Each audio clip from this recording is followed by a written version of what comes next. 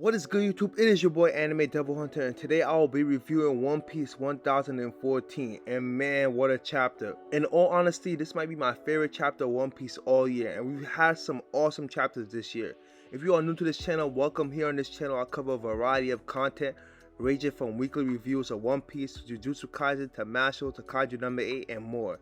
And I even cover character explain videos like the legendary Flame Hashira, Rengoku, and all Conqueror's Haki users explain. To even videos like abilities explained like the transparent world. So if you want videos like that coming straight to your feed, all you have to do is hit the subscribe button and turn on post notifications. Before I get into today's videos, comment down below your favorite Red Scabbard. I'm pretty sure I'm going to see a lot of Kinemons. I mean, he's my favorite as well, but I'm pretty sure I'll see a couple of Ashura Dojis. He's a real one. Now let's get on with this video. So last chapter we ended off with my boy Luffy being defeated by Kaido falling off the roof of Onigishima. We start this chapter off with Kaido talking about his one-on-one with Luffy. He tells him that he basically got the gist of Conqueror's coding, so he managed to code his attacks with Conqueror's Haki. But his technique left a lot to be desired, and then he tries to mimic Luffy. He tells him, what was it again? Gomu no mono worororo. Now, best believe you can come back to this video if you want to, but we are definitely going to see that attack. In all honesty, that might be a finishing blow. We might get a flashback of what originally happened right before or after Luffy beats Kaido with it. We're gonna get that classic. But what happened? Nani. Kaido's gonna be like, but what happened? I could have sworn I knocked him out last time he tried to do that. We definitely gonna get that. The very next panel, we get one of the most interesting parts of the chapter. I mean, this is having the fandom go crazy. As Luffy falls, Kaido tells Luffy, seems like you couldn't be Joy Boy either. Now this is crazy because Joy Boy has been referenced several times throughout One Piece, and he seems like he was a big figure during the Void Century. And the fact that Kaido knows about him is crazy. I mean, I don't know, I'm excited to see all the theories and discussions the fandom has this week.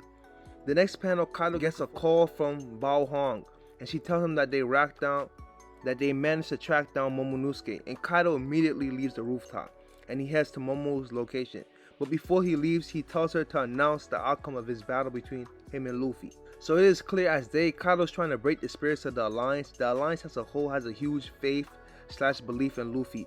Not just the Straw Hats, but everyone, the Scabbards, the Samurai shit, even the Supernova. They have a lot of faith in Luffy, and if he loses, it is over. As this happens, they also announce the location of Yamato, who was running around going crazy. She's having a blast. She's beating the hell out of everybody in her way, screaming she's Odin and whatnot.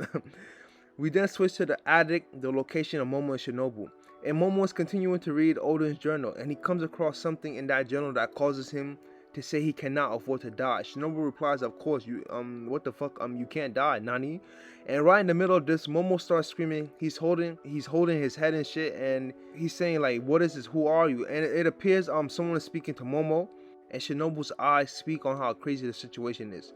It seems like the voice of all things is kicking into play here, but the question is, what's speaking or who's speaking to him? I'm not really one to theorize, but I do enjoy watching YouTubers like Joe Boy go ballistic with what's to come.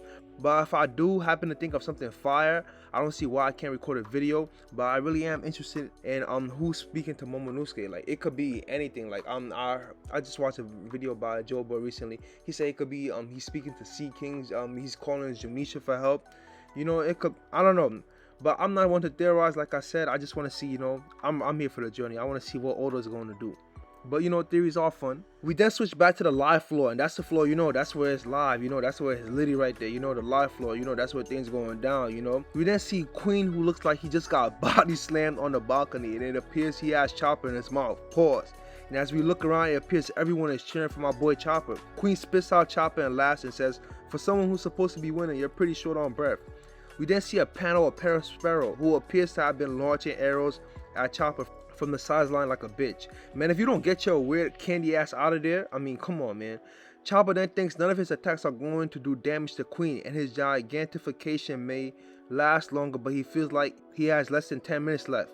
But he thinks back to a flashback with him and Caesar Clown. During this flashback, Caesar Clown offers to help Chopper increase the time limit of his transformation 30 minutes, but he lets him know, of course, there will be risks. I'm glad to see, not just the monstrous trio getting power-ups, but other Straw Hats getting power-ups as well. Not only Zoro, Sanji, and Luffy can get power-ups. Nami got a power-up recently, Chopper got a power-up recently, so I guess it's just spreading around. Hopefully, there was a theory that says Robin might get Haki. That'd be awesome to see. You know, I'll definitely love that. But we're just gonna have to wait and see what Oda does. We then turn back to the present fight with Chopper and Queen fires this crazy beam attack called Black Coffee. What a way to pick names. And Chopper manages to dodge this attack, but as this happens, Sparrow gets ready to rain some more candy arrows from the sky. And right in the middle of this Balhung, and announces to everyone in the battlefield that Luffy has been defeated. And we get everyone's reaction from the Straw Hats to the Supernova, and it's just crazy. Kaido puts out an order that he is willing to accept their surrender if they raise their hands and swear fealty. Your life will be spared and you will be welcomed into the fold. And Zoro and Sanji scream, screw that, which was awesome to see. Despite Luffy being defeated, they still have strong faith in their captain.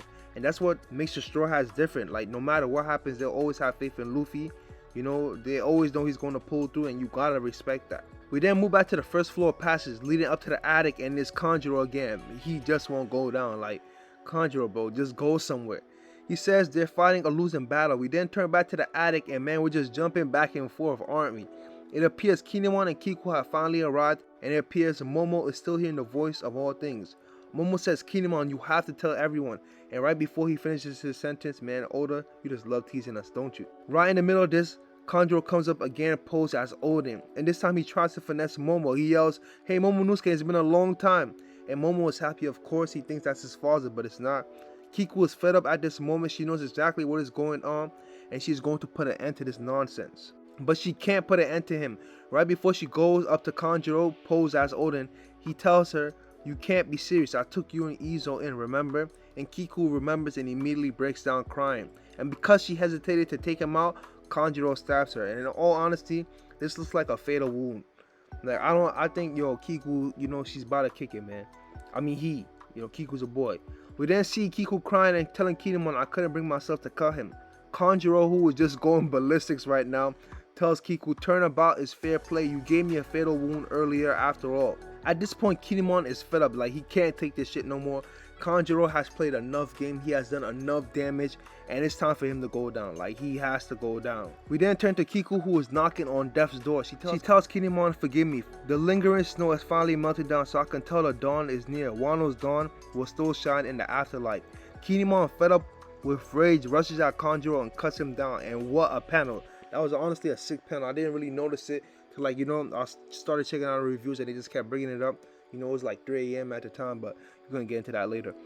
But yeah, Kinemon, he takes Kanjuro immediately down. As Kanjuro goes down, he says someone had to close the curtain on my life, and you're a perfect fit for that role. As Kanjuro goes down, he says someone had to close the curtain on my life, and you're a perfect fit for that role. After all, while I was performing on the stage, you were my best friend. And this whole situation regarding Kanjuro was quite sad. You could tell even the Scabbards wish it were different. But in all honesty, the people out of Wano low-key have created this monster. Orochi and Kanjuro, they created this. If we're keeping it real, we gotta keep it 100, man. You gotta keep it 1,000 straight facts. We then turn to the last panel. Right in the middle of this, Kaido comes crashing down into the attic, and Kinemon tells Shinobu to take Momo and get the hell out of there.